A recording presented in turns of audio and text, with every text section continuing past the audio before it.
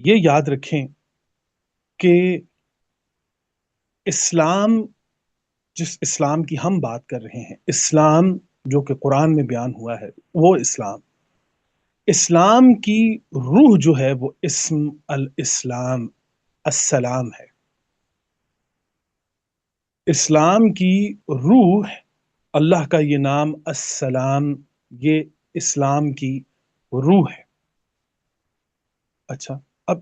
یہ جو پورا ایک سسٹم سلامتی کا جو کائنات کے اندر کام کر رہا ہے کہ ہر چیز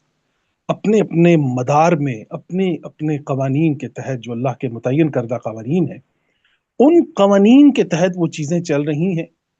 اور میں یہ بات بار بار کہتا ہوں کہ جب متعین کا لفظ آئے گا تو یہ میں استعمال کر رہا ہوں، اللہ جس چاہے جیسے چاہے اس کی روٹیشن کے اندر چینج کرے،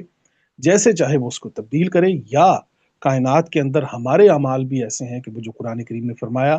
کہ زمین میں اور خشکی میں جو فساد ہوتا ہے اس میں انسانی ہاتھ شامل ہوتا ہے۔ تو یہ یاد رکھیں کہ ان تمام تر سسٹمز کے اندر جو اللہ کے متعین قوانین تھے، ان کے اندر مداخلت کرنے میں ہمارے کردار جو ہیں ان سے بھی غفلت نہیں برتی جا سکتی۔ انسان اس کا بہت بڑا ذمہ دار ہے۔ اچھا، ان تمام تر چیزوں میں چینجنگز آ رہی ہیں، لیکن سلامتی کا ایک قانون آپ کو پوری دنیا میں، پوری کائنات میں آپ کو دکھائی دے رہا ہے، اور یہ قانون ایک سسٹم کے تحت چل رہا ہے، ایک نظام کے تحت چل رہا ہے۔ اچھا، یہ تو ہو گیا کائنات کے اندر، لیکن اہم ترین چیز جو محسوس کرنے والی ہے وہ یہ ہے کہ اس کائنات کی سب سے بڑی انویسٹمنٹ جو ہے وہ حضرت انسان ہے۔ حضرت انسان دنیا کی سب سے بڑی انویسٹمنٹ ہے، کائنات میں اس سے زیادہ بڑی انویسٹمنٹ کسی مخلوق کے اوپر نہیں ہوئی۔ آپ یہ دیکھ لیجئے کہ اس کی عقل اور اس کے قلب کا ہی کوئی موازنہ نہیں ہے، کہ جو کتابیں اور جو رسول اور جو کچھ بھی اس کی طرف نازل ہوا، تو آپ یہ دیکھیے کہ انسان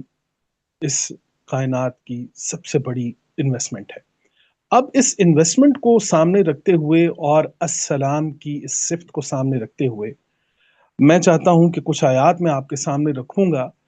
تو یہ میں آپ کو بتاؤں گا کہ ہمارے دل کا اور اسم السلام کا کیا تعلق ہے۔ پہلی بات تو یہ آپ جان لیجئے کہ انسانی دل، ایک تو کائنات، اور کائنات کے اندر یہ انسانی ذات، اور انسانی ذات کا جو مرکز وہ انسانی دل، اس کا اس صفت السلام کے ساتھ کیا تعلق ہے۔ پہلی بات تو یہ جان لیجئے کہ انسان، جو قرآن کریم کے اندر آپ دیکھیں گے